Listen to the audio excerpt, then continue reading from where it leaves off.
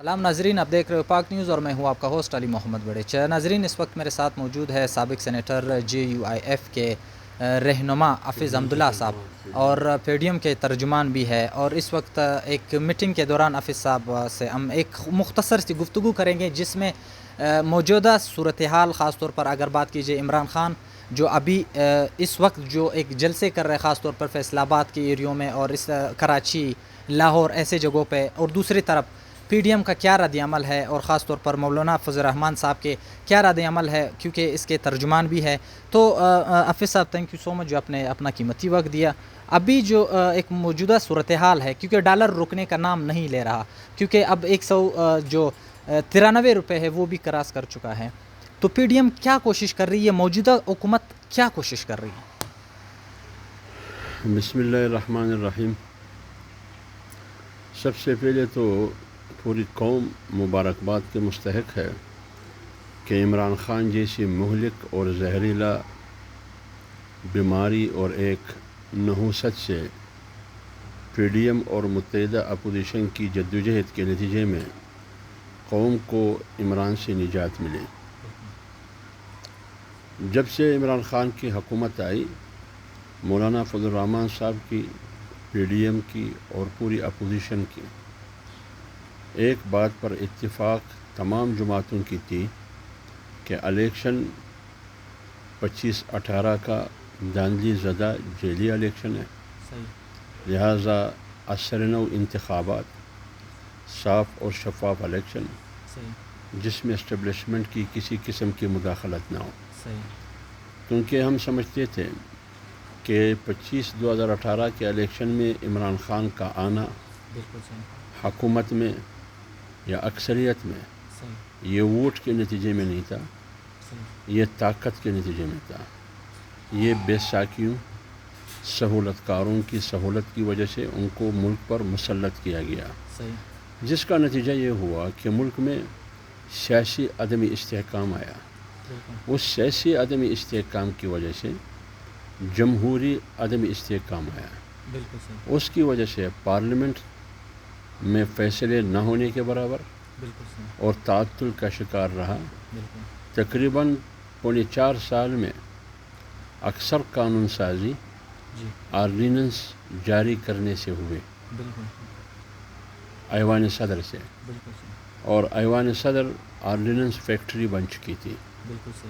یہ دلیل ہے اس بات کی کہ پارلیمنٹ کا پھر رول کیا تھا، اور اس کے ساتھ ساتھ اگر قانون سازی پارلیمنٹ میں ہوئی ہے تو وہ یا تو FATF کے کہنے پہ ہوئی ہے، فائنینشیل ایکشن ٹاسک فورس کے، یا IMF کے۔ FATF کے کہنے پہ قانون سازی ہوئی جس میں پاکستان کی نظریاتی خود مختاری، پاکستان کی سالمیت اور بقا خطرے میں پڑ گئی، اس کی بہت لمبی تفصیل ہے۔ اور جہاں تک IMF ہے، اس کی کہنے پر ان کی ڈکٹیشن میں اگر قانون سازی پارلیمنٹ میں ہوئی ہے تو وہ یہ کہ معیشت اور اسٹیٹ بینک یہ IMF کی جولی میں ڈال دی گئی اور ان کے حوالے کی گئی۔ پوری قوم پاکستان ان کی معیشت اور خود مختاری ان کے حوالے کی گئی، پاکستان کو بھی غلام بنایا معاشی میدان میں، اور پاکستان کی معیشت بھی IMF کے سامنے گروی رکھ دیا۔ اچھا حافظ صاحب، یہ تو عمران خان صاحب یہی کہہ رہے تھے کہ IMF کے پاس جانا نہیں ہے، جو ہم خود کریں گے، لیکن ابھی نئے اسٹیٹمنٹ بھی یہ جاری ہوا ہے کہ میں نے خزانہ بھر دیا تھا، خزانہ بالکل بھرا ہوا تھا، لیکن نون لیگ اور خاص طور پر PDM کے جو سربراہ تھے یا جو PDM کے لوگ تھے وہ آئے، لیکن یہ ملک کا جو بیڑا ابھی غرق ہونے جا رہا ہے۔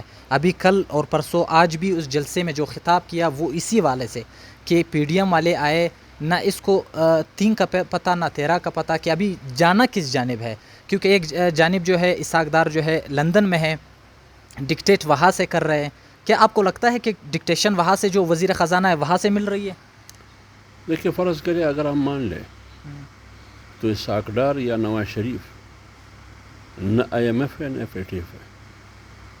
آپ یہ بتائیے کہ اگر آپ معاشی فیصلے عمران خان اور ان کی حکومت معاشی فیصلے IMF کے کہنے پہ کرتے ہیں یا قانون سازی فیٹف کے کہنے پہ کرتے ہیں؟ کیا یہ ملک کی بدقسمتی نہیں ہے؟ تو پارلیمنٹ کہاں ہے؟ 22 کروڑ عوام کی امیدیں اور ان کی خواہشات، ان کی مرضی کہاں ہے؟ اسحاق ڈار تو پاکستانی ہے، نواز شریف پاکستانی ہے۔ دوسری بات یہ ہے، ان کی ایک پارٹی کی میٹنگ ہے، نواز شریف نے ایک پارٹی کی میٹنگ بلائی۔ اب پارٹی کی میٹنگ بلانا اس میں بھی کوئی بری بات نہیں ہے، پارٹی لیول کی مشاورت تھی ان کی، فیصلہ وہاں نہیں ہوا ہے۔ فیصلے آج بھی شہباز شریف اور پوری ٹیم کا کہنا ہے کہ فیصلہ جو بھی کرنا ہے متحدہ اپوزیشن بشمول PDM میں شامل جماعتوں مل کے مشترکہ ہم نے آگے فیصلہ کرنا ہے۔ دوسری بات، آپ نے بات کی کہ خزانہ بھرا ہوا تھا، عمران خان جیسے ہی گیا 1 مہینے میں خزانہ خالی ہوا۔ دیکھیے بات یہ نہیں ہے، یہ جھوٹ ہے۔ آپ خود دیکھیے فراگوگی کون تھی؟ عمران اینڈ فراگوگی گینگ، ان کی کرتوت، وہ کس کی فرنٹ خاتون تھی وہ فراگوگی؟ اربوں روپے کیسے لے کے گئی؟ ایک یونیورسٹی کروڑوں روپے اس کے مد میں لینا، اور وہاں اسٹوڈنٹ صرف اور صرف 37 اور خزانہ کیسے بھرا ہوا تھا؟ خزانہ تو جب 2018 کے الیکشن سے پہلے پاکستان کی معاشی گروتھ وہ 5.6 یعنی 6 کے قریب تھا۔ عمران خان کی حکومت کے آنے سے آپ کی معاشی گروتھ 0 پہ یعنی منفی پہ آ کے پہنچا۔ جتنی قرضے پاکستان کی 14 اگست سے لے کر آج تک جتنا قرضہ پاکستان نے لیا ہے اس کا آدھا حصہ قرضہ عمران خان نے 4.5 سال میں لے لیا۔ اچھا، تو یہ آپ دیکھیے کہ اب یہ قرضہ جب لیا گیا تو قرضہ کہاں چلا گیا؟ کہاں چلا گیا یہ قرضہ؟ کہاں استعمال ہوا؟ نہ آپ نے موٹر وے بنایا، نہ آپ نے کوئی میگا پروجیکٹ دکھائی ہے لوگوں کو جو آپ نے بنایا ہو، کوئی بھی چیز نہیں ہے۔ لیکن پاکستان کے کسی بھی شعبے میں تم پاکستان کو ترقی نہ دے سکے۔ A1 تم نے پاسپورٹ کو ترقی دینی تھی، پاسپورٹ کہاں ہے؟ نیچے سے 3 درجے پہ۔ ہاں، آپ نے خارجہ پالیسی میں پاکستان کو آسمان تک پہنچانا تھا۔ پوری دنیا میں ہمارے دوست یا چین ہے یا سعودی عرب، وہ دونوں آپ سے ناراض تھے۔ سی پیک ایک معاشی انقلاب کا ایک نوید کی شکل میں نواز شریف نے اس منصوبے کو آگے بڑھایا۔ آپ نے امریکہ کے کہنے پر ان کو روک دیا، وہ تعطل کا شکار رہا۔ پھر آپ بتائیے، جب اسٹیٹ بینک جو معیشت کا ایک بنیادی محور ہے، IMF کے کہنے پر تم IMF کے حوالے کرتے ہو، پوری پاکستانی معیشت اور ان کی آزادی اور خود مختاری کو غلام رکھ کر گروی رکھتے ہو۔ سی پیک ایک معاشی انقلاب کی شکل اختیار کر چکا تھا، امریکہ کے کہنے پر تعطل کا شکار ہوا۔ سیاسی عدم استحکام اور اس ملک میں آپ کی منفی پالیسیوں کی وجہ سے احتساب کے نام پر تم نے انتقام کی سیاست کی۔ بشیر میمن اس کا گواہ ہے جو DGFI ہے۔ کیا کہا گیا ان کو کہ کس کس کے خلاف کیس؟ رانا ثناء اللہ کے گاڑی میں کتنے کلو ہیروئن رکھا، ثابت نہ کر سکا۔ خاقان عباسی کے خلاف کچھ ثابت نہ کر سکا۔ خواجہ سلمان اور سعد کے خلاف کچھ، یعنی A1 نواز شریف کو ڈسکوالیفائڈ کر کے ان کو مورد الزام ٹھہرایا پاناما کے نتیجے میں، لیکن پاناما میں نواز شریف کا نام نہیں تھا، اکھاما میں ان کو ڈسکوالیفائڈ کیا گیا۔ اب یہ تمام چیزیں آپ خود دیکھیے کہ تم نے نیب مخالفین کے خلاف استعمال کیا، تم نے FIA اپوزیشن اور مخالفین کے خلاف استعمال کیا، جس سے عدم استحکام ملک میں آیا۔ پارلیمنٹ تعطل کا شکار رہا۔ قانون سازی پارلیمنٹ میں نہیں، اگر ہے تو یا FATF کے کہنے پر یا IMF کے کہنے پر۔ سی پیک تعطل کا شکار رہا، تو پھر خزانہ کیسے بھرا؟ ہاں، وہ $3 ارب جو دوست ممالک نے آپ کو کہا کہ استعمال کرنے کی اجازت نہیں ہے لیکن رکھے پاس، جو چین نے دیے تھے یا سعودی عرب نے یا یو اے ای نے. اس کے علاوہ آپ کے پاس پیسہ ہے کہاں؟ آپ کا پیسہ جو ابھی ہمیں معلوم ہوا وہ تو سارا فرق گوگی لے کے گیا. اور آپ نے کون سا کام کیا؟ آپ نے توشہ خانے سے چوری کی. ایک سربراہ مملکت نے آپ کو گڑی دی، آپ نے اسی گڑی کو مارکیٹ میں فروخت کر دی اور کہتے ہو کہ میرا تحفہ میری مرضی. آپ کا تحفہ کہاں ہے؟ یہ تو ریاست کی ملکیت ہے. کچھ ایسی چیزیں بھی پیش کیے تھے حافظ صاحب کہ جو سابقہ حکومت جو یا موجودہ حکومت نے جو ابھی جا کے جو دورہ کیا تھا خاص طور پر سعودی عرب کا، ان کو بھی گڑی وغیرہ ایسے چیزیں ملے تھے جو یہ اروائی نیوز پہ خاص طور پر چل رہا تھا کہ ایسی چیزیں ہیں. وہ کہا ہے، وہ ایک دم سے غائب ہو گئے، اس کی ابھی تک کوئی انکوائری بھی نہیں ہوئی. بات یہ ہے، یہ تو پھر آگے کی بات ہے. یہ پتہ نہیں ہے کہ کس نے کس کو کتنے تحفے دیے، لیکن جو توشہ خانے سے چوری کیا گیا ہے، جو عمران خان نے تسلیم بھی کیا ہے اور مان بھی لیا ہے، پہلے تو اس کا حساب دو. فارم فنڈنگ کیس میں جو انہوں نے دنیا جہاں سے پیسے لیے، یعنی اسرائیلیوں سے، یہودیوں سے پیسے لیے، امریکہ سے پیسے لیے، بیرونی ممالک کی کمپنیوں سے، ہندوستان سے پیسے لیے، فارم فنڈنگ کیس کے نتیجے میں وہ خود بھی ڈسکوالیفائڈ ہو سکتا ہے. اس کی پارٹی بھی کلعدم ہو سکتی ہے. لیکن 7 سال سے بندہ مفرور ہے، تلاشی دینے کے لیے تیار نہیں ہے، توشہ خانے میں تلاشی دینے کے لیے تیار نہیں ہے. معیشت انہوں نے تباہ اور برباد کی اور خارجہ پالیسی میں پاکستان تنہائی کا شکار ہوا. پھر آپ بتائیے کوئی ایسا بہتر کام جو عوام کے فائدے میں ہو یا ملک کے فائدے میں ہو. اب پی ڈی ایم کی اور متحدہ اپوزیشن کی حکومت آئی، 3 ہفتے نہیں ہوئے ہیں جو کیبنٹ بنا ہے. اب 3 ہفتے میں کوشش یہی ہماری رہے گی کہ ہم انتخابی اصلاحات لے کے آئیں، کیونکہ تمام خرابیاں جو بھی ہے وہ 25 جولائی 2018 کی جیلی اور دھاندلی زدہ الیکشن کے نتیجے میں ہوئی ہے. تو علاج کیا ہے مستقبل کا؟ کہ اگر آپ سیاسی استحکام چاہتے ہیں، جمہوری استحکام چاہتے ہیں، پارلیمنٹ خود مختار اور سپریم دیکھنا چاہتے ہیں، اور یہ دیکھنا چاہتے ہیں کہ ہر ادارہ آئین کے حدود میں رہتے ہوئے وہ اپنا کام کرے، خواہ وہ اسٹیبلشمنٹ ہو، وہ عدلیہ ہو، وہ ایگزیکٹو ہو، وہ پارلیمنٹ ہو، وہ میڈیا ہو، جو بھی ہو. اب اس کے لیے انتخابی اصلاحات کا ہونا ضروری ہے. تو لہٰذا پی ڈی ایم اور متحدہ سابقہ اپوزیشن جو آج حکومت میں ہے، ان کی کوشش یہ ہے کہ ہم دھاندلی کا راستہ کس طرح روکیں، غیر جمہوری قوتوں کی مداخلت کس طرح روکیں. اس کے لیے انتخابی اصلاحات کا ہونا ضروری ہے. ہماری پہلی ترجیح ہے. اس کے بعد پھر صاف شفاف الیکشن ہے. لیکن اس کے ساتھ ساتھ ہم عوام کو کیا سہولت دے سکتے ہیں معاشی میدان میں؟ جیسے آپ نے ڈالر کی بات کی. اب ڈالر 115 سے جب عمران خان آیا تو ڈالر کی قیمت 110-115 روپے تھی.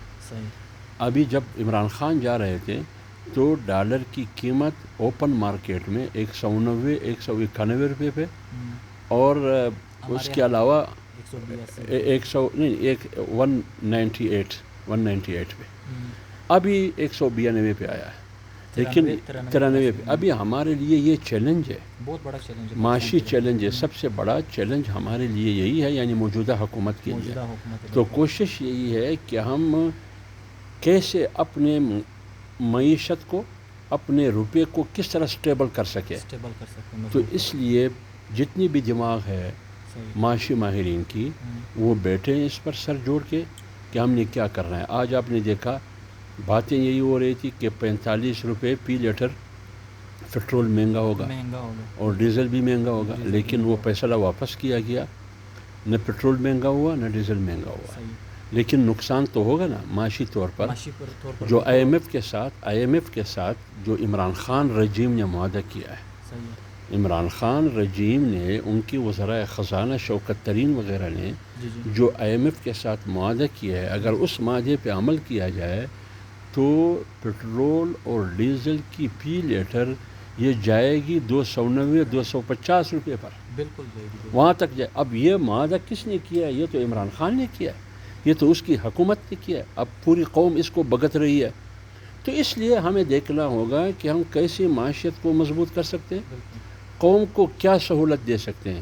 لیکن ابھی 3 ہفتے ہوئے ہیں, کوشش ہماری یہ رہے گی کہ ہم اس چیلنج کا مقابلہ کر سکیں. اچھا حافظ صاحب, لاسٹ ایک مختصر سا جواب دے دے کہ کل بھی تقریباً یہ 4-5 بیانات بلکہ 10 بیانات کے بھی اگر میں کہوں تو غلط نہیں ہوگا, عمران خان صاحب یہی فرما رہے ہیں کہ بند کمروں میں سازشیں ہوتی ہے, ہمیں پتہ ہے, میں نے ایک ویڈیو بھی بنا کے پروف کے طور پہ رکھی ہے کہ میرے خلاف کون ہے اور اس کے پیچھے کون ہے, کون کروا رہا ہے, لندن سے کون کروانے, سارے وہ ایک ڈیٹیل جو اس نے ویڈیو کی بار بار جو وہ پیغام ہے. ہاں, تو اس حوالے سے دیکھیے بات یہ ہے کہ عمران خان تاریخی جھوٹا ہے اور یہ جھوٹوں کا سردار ہے. بات یہ ہے کہ عمران خان نے سب سے پہلے کہا کہ 90 دن میں انقلاب آئے گا. کہاں ہے نیا پاکستان؟ پھر کہا کہ ہمیں 3 مہینے دیا, کہاں گیا نیا پاکستان؟ پھر کہا کہ ہمیں 6 مہینے دے دے, 6 مہینے دیے گئے. پھر کہا کہ ہمیں سال دے دے, پھر کہا کہ 5 سال دے دے. لیکن پونے 4 سال گزر گئے, نیا پاکستان نہ بن سکا. یہ اتنا جھوٹا ہے. انہوں نے وعدہ کیا تھا 1 کروڑ نوکریوں کی اور 50 لاکھ گھر کے, کہاں گئے وہ وعدے؟ اور اسی طرح انہوں نے احتساب کی بات کی, لیکن احتساب کے نام پر مخالفین کو انتقام کا نشانہ بنایا. خود اس کے دائیں بائیں سارے چور نیب زدہ اور نیب زادہ بیٹھے تھے. کیا پرویز خر کے خلاف کیس نہیں تھا؟ معلوم جبک کیس. کیا عمران خان کے خلاف ہیلی کاپٹر کیس نہیں تھا؟ کیا ملین ٹری والا کیس نہیں ہے؟ کیا پشاور میٹرو کا کیس نہیں تھا؟ کیا آٹھا اور چینی کا کیس نہیں تھا؟ یہ تمام کیسز تھیں. تو جب یہ لوگ کہاں تھے؟ ان کے دائیں بائیں بیٹھے تھے. فارم فنڈنگ کیس نہیں ہے. جس دن عمران خان وزارت عظمیٰ کا حلف لے رہا تھا, یہ اشتہاری اور مفرور تھا. یہ اشتہاری اور مفرور تھا پارلیمنٹ کے کیس میں جنہوں نے حملہ کیا, اور پی ٹی وی کی کیس میں, اور ہیلی کاپٹر کی کیس میں. اب آئیے پھر احتساب کا نعرہ تو اس میں تو وہ فیل ہو گئے احتساب میں. اور پھر لوگوں کو کہا گیا کہ گھبرانا نہیں ہے, سکون قبرستان میں. اب عمران خان کو بھی گھبرانا نہیں ہے, سکون قبر میں ملے گا ان کو. اور اسی طرح انہوں نے پھر ریاست مدینہ کی بات کی. ریاست مدینہ کے نام پر انہوں نے ریاست مدینہ کی توہین کی. آخر ریاست مدینہ کے نام پر مسجد نبوی میں روضہ رسول پر حملہ آور ہوا. مسجد نبوی اور مدینہ کی توہین کی اختتام یہاں ہوا. اس میں بھی فیل ہوا ہے. پھر کہا کہ امریکی سازش ہے. مجھے حکومت سے اس لیے نکالا گیا کہ یہ امریکی سازش ہے. لیکن جتنا بھی انہوں نے اس فلم کو, اس سٹوری کو, اس کہانی کو بیچنا چاہا, لیکن یہ فلم فلاپ ہوا. لوگ یقین کرنے کے لیے تیار نہیں ہیں, کیونکہ تاریخ عدم اعتماد کے نتیجے میں تم کو فارغ کیا گیا. جب تاریخ عدم اعتماد پیش ہوئی, تم نے کہا میں نے 2 رکعتیں نفل کی خوشی سے. جب تاریخ عدم اعتماد پیش ہوئی, تم نے کہا کہ میں اللہ کا شکر ادا کرتا ہوں کہ تاریخ عدم اعتماد پیش ہوئی. لیکن آپ کو 27 مارچ کو وہ لیٹر یاد آیا کہ امریکی سازش ہے. تو 7 مارچ سے لے کر 27 مارچ تک تم سوئے ہوئے تھے, کیوں نہیں بتا؟ تو شکر ادا کر رہے تھے کہ تاریخ عدم اعتماد بہت اچھی ہے, میں تو اللہ کا شکر ادا کرتا ہوں. تو امریکی سازش کا جو فلم ہے وہ فلاپ ہوا. اب انہوں نے ایک نئی فلم مارکیٹ میں ڈال دی. وہ فلم یہ کہ مجھے قتل کیا جا رہا ہے. تو جب آپ کے خلاف قتل کا منصوبہ بن چکا ہے, آپ کو قتل کیا جا رہا ہے, اور لوگ آپ کو معلوم ہے, منصوبہ ساز بھی معلوم ہے, ملوث ملزمان جن کا کردار ہے وہ بھی معلوم ہے, اور آپ نے ویڈیو آڈیو ریکارڈنگ بھی کی ہے, اور پتہ نہیں ہے وہ ریکارڈ آپ نے امریکہ میں وہ ریکارڈنگ رکھی ہے یا پورا گوگی کے پاس رکھی ہے, کہاں رکھی ہے, وہ بھی ہے وہ سب کچھ. تو پھر عدالت کیوں نہیں جاتے تم؟ عدالت میں جا کے وہ 4 نام بتا دیں. یعنی اگر امریکی سازش کے بارے میں تم عدالت جا سکتے ہو, تو اس میں کیوں عدالت نہیں جا سکتے؟ وہ 4 نام بتا دیں. آپ مقدمہ ان ملزمان کے خلاف کیوں درج نہیں کرتے؟ آپ نام کیوں نہیں بتاتے؟ جلسے میں نام بھی بتا دیں آپ. آپ تو کہتے ہیں کہ میں نبی صلی اللہ علیہ وسلم کا امتی ہوں, جو لا الہ الا اللہ پڑھتا ہے وہ کسی سے بھی نہیں ڈرتا. تو آپ تو کسی سے نہیں ڈرتے, آپ تو ڈرپوک نہیں ہیں. تو جب آپ ڈرپوک نہیں ہیں, آپ بے ایمان نہیں ہیں, آپ تو بہت باہمت اور جرأت مند اور غیرت مند آدمی ہے، لوگوں کو بھی غلط کی درس دیتے ہیں. تو گھوڑا بھی حاضر، میدان بھی حاضر. کل اعلان کرے جلسے میں کہ یہ 5 بندے ہیں میرے خلاف قتل کا منصوبہ بنائے. چلو آپ اعلان کریں یا شیخ رشید آپ کا اسپوکس مین ہے وہ اعلان کرے. لہٰذا یہ سارا جھوٹ ہے. یہ صرف اور صرف اسلام آباد ملین مارچ کے لیے قوم کی ہمدردی حاصل کرنا چاہتے ہیں. یہ صرف اور صرف وی آئی پی پروٹوکول حاصل کرنا چاہتے ہیں. اگر یہ سچ ہے تو پھر ایف آئی آر کرے نا. اگر یہ سچ ہے تو عدالت کو بتا دیں. اگر یہ سچ ہے تو نام بتا دیں. لیکن آپ نے ویڈیو ریکارڈ کی ہے اپنے پاس رکھا ہے، اس کا کیا مطلب؟ اس کا فائدہ ہی کیا ہے؟ اس کا صرف مقصد یہ ہے کہ قوم کو بے وقوف بنانا. تھینک یو سو مچ حافظ صاحب، آپ نے اپنا قیمتی وقت دیا. ناظرین، حافظ صاحب کی جو باتیں تھے، جو لوگوں نے سوالات پوچھے تھے، جو سوشل میڈیا پہ گردش کر رہی تھی، خاص طور پر میڈیا پہ یہی بات گردش کر رہی تھی، کون جھوٹا کون سچ، حافظ صاحب نے سب کچھ بتا دیا. اگر آپ کے پاس سچ ہے، عدالت ہے، آپ بالکل اپنا جو ثبوت ہے وہ پیش کر سکتے ہیں. تو ناظرین، تب تک کے لیے علی محمد بڑی اس کی دیجیے، انشاءاللہ پھر ملاقات ہوئے گی. اللہ نگہبان.